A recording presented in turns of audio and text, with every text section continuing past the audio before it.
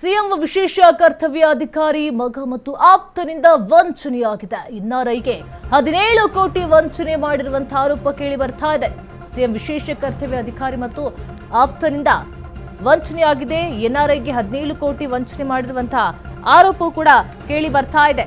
ದೊಡ್ಡವರ ಜೊತೆ photo, CM ಹೆಸರನ್ನ ದುರ್ಬಳಕೆಯನ್ನ ಮಾಡಿಕೊಳ್ಳಲಾಗ್ತಾ ಇದೆ. ಒಟ್ಟು ಎನ್ಆರ್ಐಗೆ 17 ಕೋಟಿ ರೂಪಾಯಿನ ವಂಚನೆ ಮಾಡಿದ್ದಾರೆ. ಬನಶಂಕರಿ ಠಾಣೆಯಲ್ಲಿ ಎಫ್ಐಆರ್ ದಾಖಲಾಗಿದೆ. ಸ್ನೇಹ ರಾಕೇಶ್, ರಜತ್, ವೆಂಕಟೇಶ್, ರಾಬಿನ್ ಮೇಲೆ ಕೇಸ್ ದಾಖಲಾಗಿದೆ. ಸಿದ್ದರಾಮಯ್ಯ ಅವರ ಹೆಸರು ಹೇಳಿ ನಂಬಿಕೆಯನ್ನ ಹುಟ್ಟಿಸಿ ಕೋಟಿಯನ್ನ ವಂಚನೆ ಮಾಡಿದ್ದಾರೆ. ಎನ್ಆರ್ಐಗೆ ಒಟ್ಟಾರೆಯಾಗಿ 17 ಕೋಟಿ ರೂಪಾಯಿಯನ್ನು ಕೂಡ ವಂಚನೆ ಮಾಡಿದ್ದಾರೆ. ಬಿಲ್ಡಿಂಗ್ ಖರೀದಿ ನೆಪದಲ್ಲಿ ವಂಚನೆ ಮಾಡಿರುವಂತಹ ಆರೋಪ ಕೂಡ ಇದೆ. ಖರೀದಿ ನೆಪದಲ್ಲಿ ನಕಲಿ ಸಹಿಯ ಚೆಕ್ ಅನ್ನು ನೀಡಿ ವಂಚನೆಯನ್ನ ಮಾಡಿದ್ದಾರೆ. 17.5 ಕೋಟಿ ಚೆಕ್ ಅನ್ನು ನೀಡಿ ವಂಚನೆ ಮಾಡಿರುವಂತಹ ಆರೋಪ ಕೂಡ ಕೇಳಿ ಬರ್ತಾ ಇದೆ.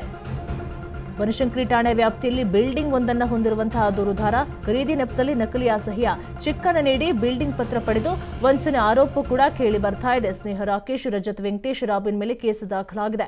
ಸಿಎಂ ವಿಶೇಷ ಕರ್ತವ್ಯಾಧಿಕಾರಿ ಮಗ ಮತ್ತು ಆಪ್ತನಿಂದ ಈ ವಂಚನೆ ಕೇಸ್ ದಾಖಲಾಗಿದೆ. ಒಟ್ಟಾರೆಯಾಗಿ ಎನ್ಆರ್ಐಗೆ 17 ಕೋಟಿ ವಂಚನೆಯನ್ನ ಮಾಡಿರುವಂತಹ ಆರೋಪ ಕೂಡ ಕೇಳಿ ಬರ್ತಾ ಇದೆ. ಒಟ್ಟಿನಲ್ಲಿ ಸಿಎಂ ಹೆಸರನ್ನ ಹೇಳ್ಕೊಂಡು ನಂಬಿಕೆಯನ್ನ ಹುಟ್ಟಿಸಿ ಕೋಟಿ ವಂಚನೆಯನ್ನ ಮಾಡಿರುವಂಥದ್ದು. ಬನಶಂಕರಿ ಠಾಣೆಯಲ್ಲಿ ವೆಂಕಟೇಶ್ ಮಗನ ವಿರುದ್ಧ ಎಫ್ಐಆರ್ ಕೂಡ ದಾಖಲಾಗಿದೆ.